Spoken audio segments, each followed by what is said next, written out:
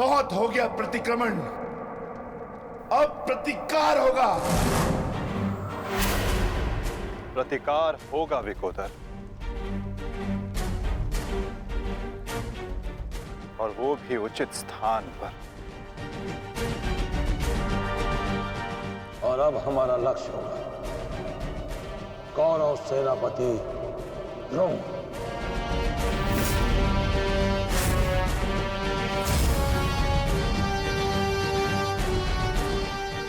हाँ पिताश्री,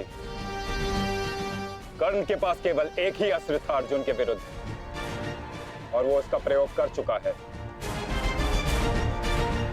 अब ना तो उसके पास कोई शक्ति है और ना ही कोई कवच, इसलिए अब वो हमारे लिए संकट नहीं, किंतु आचार्य द्रोण को रोकना अति आवश्यक है।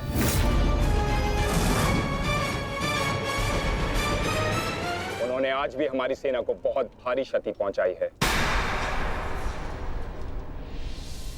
अब द्रोण का वध आवश्यक है।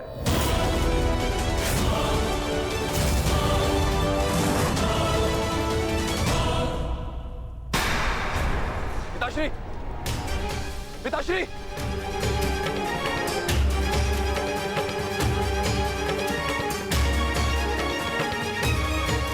मैं कायरों की भांति युद्ध भूमि छोड़कर नहीं जाऊंगा।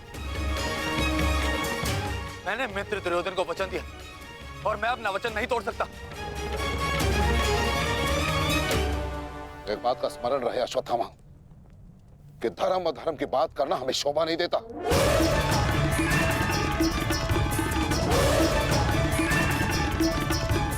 स्मरण है तुम्हें युद्ध भूमि में क्या हुआ?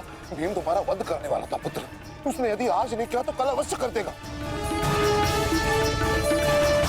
मेरे पास तुम्हारे मृत्यु देखने का साहस नहीं है, उतनी शक्ति नहीं है मेरे पास, उतनी शक्ति नहीं है मेरे पास पुत्र। यदि तुम चाहते हो कि मैं यह युद्ध लड़ूं, तो तुम्हें युद्ध भूमि का त्याग देना होगा।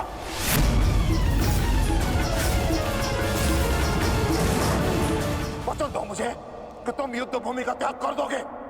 वचन दो। आचार्य द्रोण, यदि ऐसा है तो आप यह युद्ध भूमि छोड़कर जा सकते हैं, परंतु मेरा यह मित्र कहीं नहीं जाएगा। वैसे भी आप हमारे सेनापति हैं ना। सेनापति होने के पश्चात भी आप उन विपक्षियों का कुछ कर नहीं पाए, क्योंकि वो विपक्षी आपके प्रिय शिष्य हैं, इसलिए कुछ नहीं कर पाए हैं आप। शांत हो जाओ मित्र।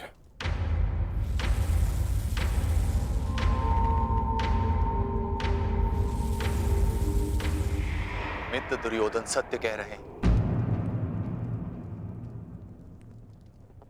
मेरे पिता ने पक्षपात किया है। उन्होंने अपने दिए वचन को पूर्ण नहीं किया, और इसी कारण आज हमारे परिवार पर प्रश्न उठना आवश्यक है। किंतु एक पक्षपाती पिता का पुत्र होने से अच्छा है कि मैं एक योद्धा की तरह रणभूमि में जाऊं और अपने प्राण गंवा दूं। बस अश्वत्थामा, अपने पिता से इस भांति कटु वचन कहना एक महान योद्धा को शोभा नहीं देता। जो अपने पिता का सबके सामने अपमान कर सकता है, उससे किसी और के सम्मान की आशा नहीं की जा सकती।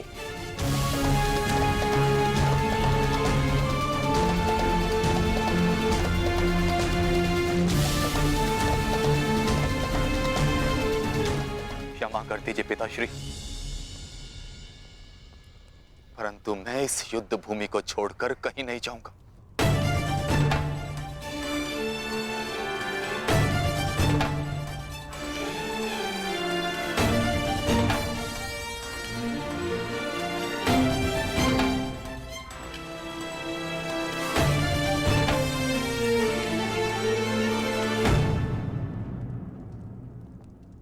तो ठीक है पुत्र,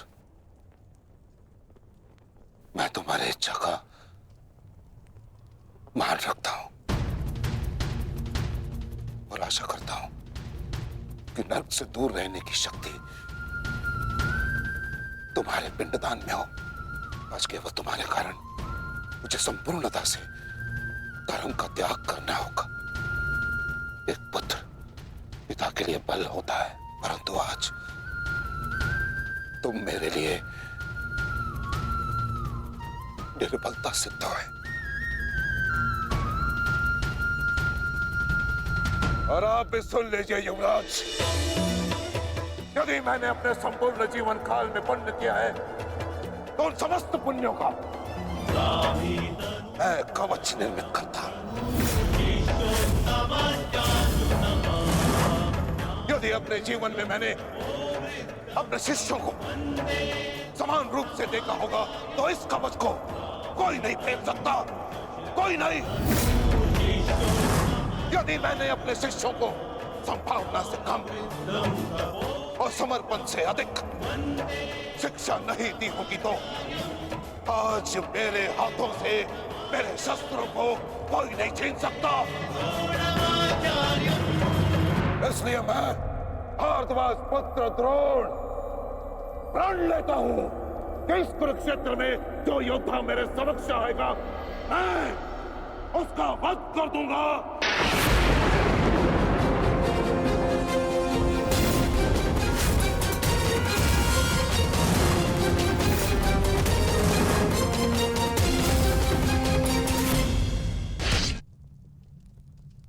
आचार्य द्रोण का वध करना सरल नहीं। परशुराम के दिए गए उनके पास ऐसे कई अस्त्र हैं जिनका हमें अनुमान तक भी नहीं। मेरे पुत्र का जन्म केवल द्रोण के वध के लिए हुआ है। मुझे पूर्ण विश्वास है कि मेरा पुत्र अपने जीवन के इस उद्देश्य में अवश्य सफल होगा।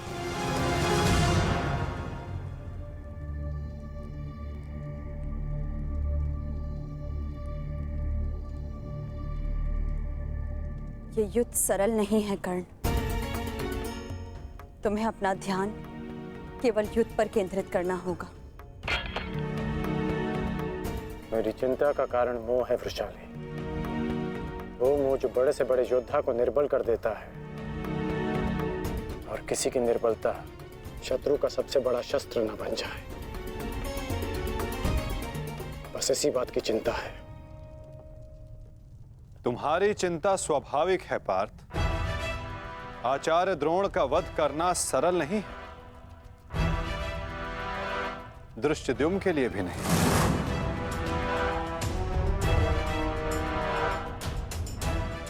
तो क्या कोई व्यू नहीं जो हम आचार्य द्रोण के विरुद्ध उपयोग कर सके? मैंने कहा कि आचार्य द्रोण का वध करना सरल नहीं। मैंने ये नहीं कहा कि ऐसा करना असंभव है।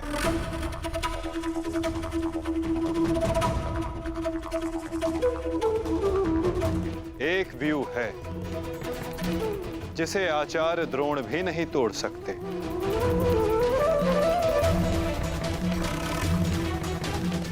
पुत्र मोह व्यू।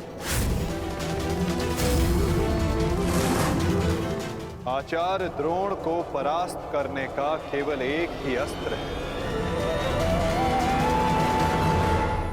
अश्वत्थामा।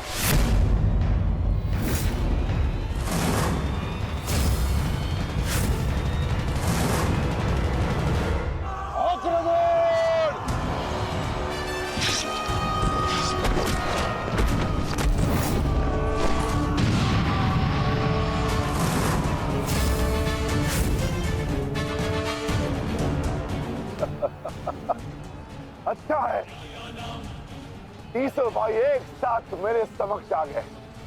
अब नर्क तक की यात्रा के मार्ग में एकाकी अनुभव नहीं करोगे।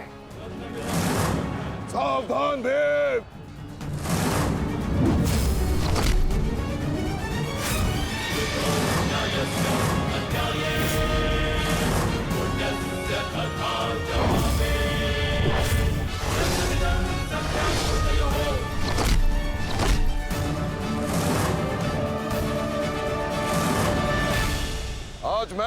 हस्तिनापुर नरेश महाराज धृतराष्ट्र के सभी पुत्रों का कवच हूं।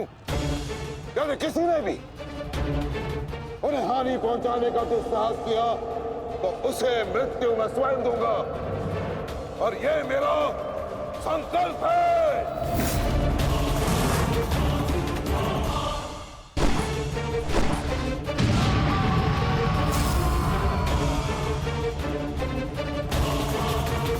माधव, अश्वत्थामा को घेरने की योजना क्या है? हमारी योजना तो कब की प्रारंभ हो चुकी है पार्थ। क्या हुआ अश्वत्थामा? तुम्हारे पिताश्री कहाँ हैं? कहीं अपने काल को आता देख, कहीं छिप तो नहीं गए? धृष्टद्युम्न!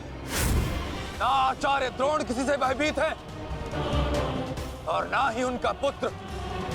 आज अपने पिता के काल का काल मैं स्वयं बनूंगा।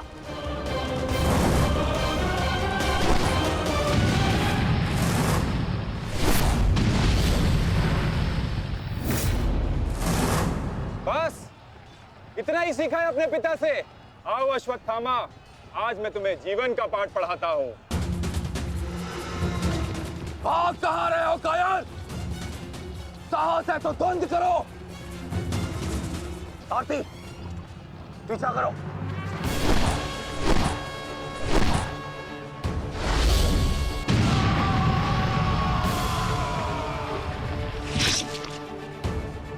मित्र, अश्वत्थामा कहीं दिख नहीं रहा। कहीं वो शत्रु के घेरे में घिर ना जाए। तुम आचार्य द्रोण के पीछे जाओ, मैं अश्वत्थामा को खोजता हूँ। ठीक है मित्र, सारथी। चलो सत्यसेन।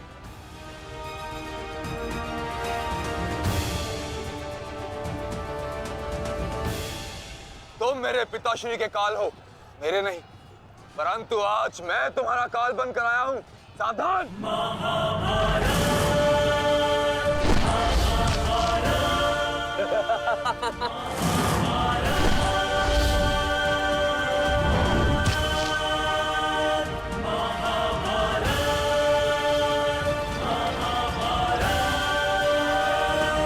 अच्छा हुआ कि पिता और पुत्र दोनों एक साथ मेरे सामने आ गए। आज तुम दोनों मेरे हाथों वीर गति को प्राप्त हो गए।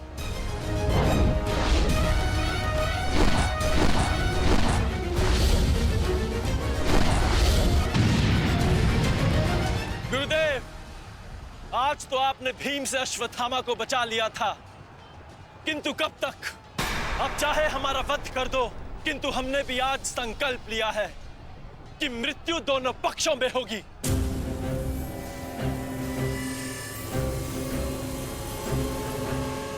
चलो सारथी, हमें वापस जाना है। शीघ्र करो। अश्वत्थामा का अश्वत्थामा कहीं दिखाई नहीं दे रहा आचार्य, परंतु कर्ण उसी की खोज में गया है। चलो सारथी।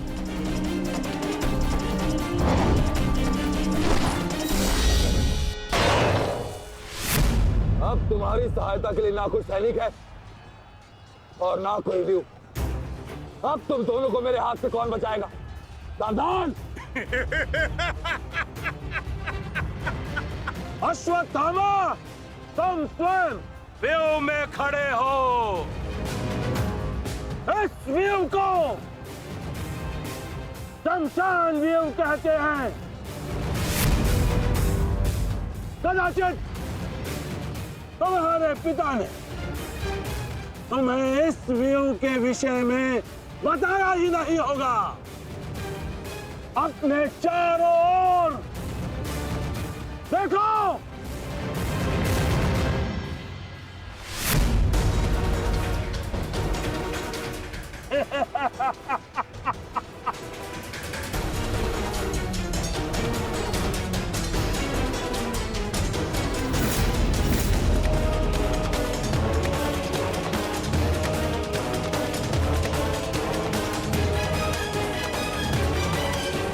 अश्वत्थामा, सावधान!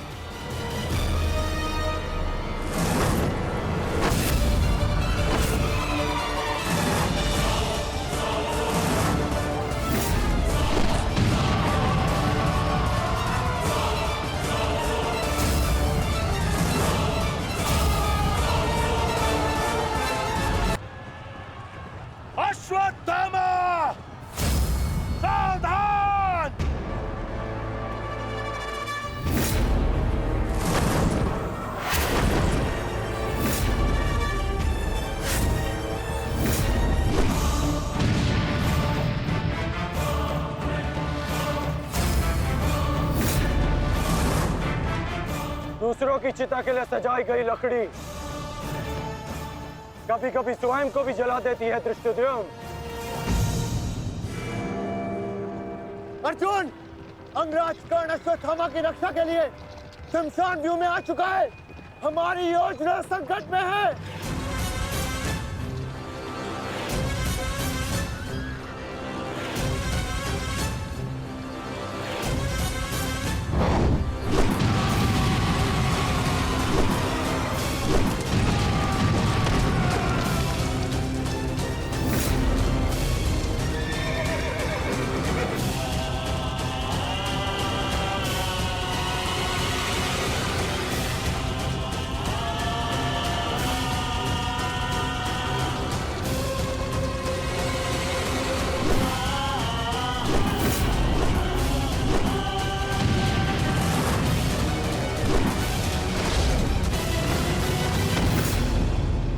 अश्वत्थामा!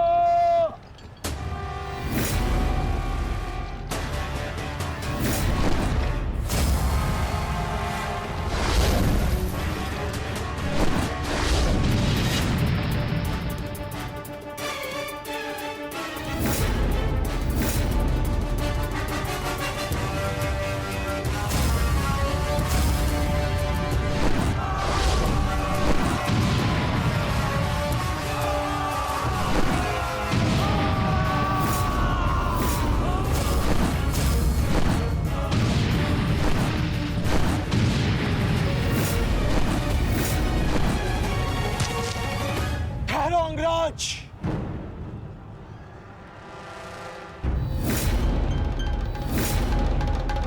स्मरण है ना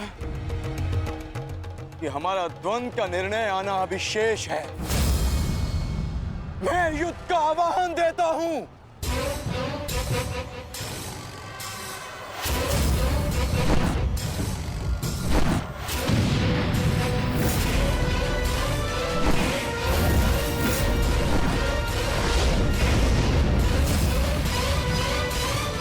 सावधान द्रुपद!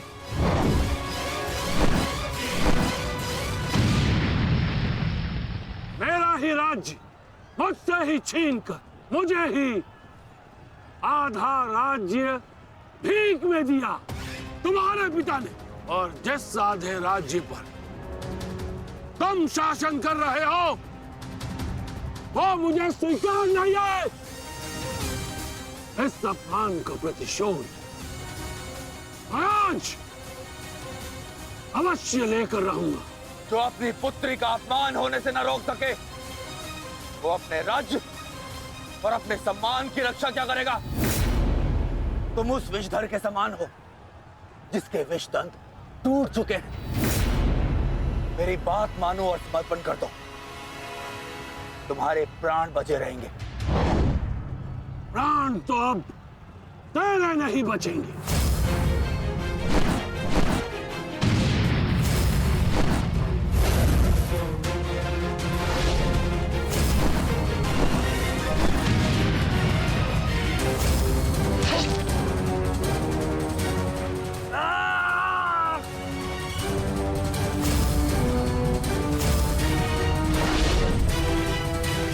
द्रुपद,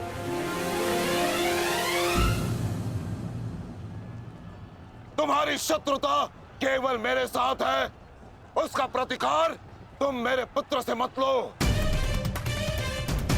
अन्यथा अनर्थ हो जाएगा। तुम्हारी गुरु दक्षिणा में मिला हुआ मेरा आधा राज्य तुमने अपने पुत्र को दिया, तो तुम्हारी शत्रुता का मूल्य भी तुम्हारे पुत्र को ही चुकाना होगा। सावधान!